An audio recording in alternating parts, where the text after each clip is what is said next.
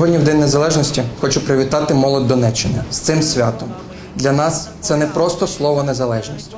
Для нас це те, що ми виборюємо більше 12 років, як одна із найвоюючих областей України. Я щиро вірю, що ми скоро повернемось на нашу рідну Донеччину, відбудуємо і будемо жити на рідній землі. Завдяки молоді ветеранам, військовослужбовцям та активній молоді, яка працює заради Донеччини, ми маємо віру в майбутнє.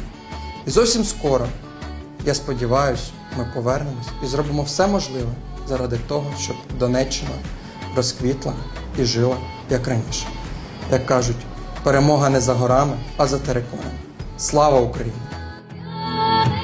За териконами, там за полями, нас били градами, били богами, там, де війна йде, і б'ють гармати, там, де ніколи вам не побувати.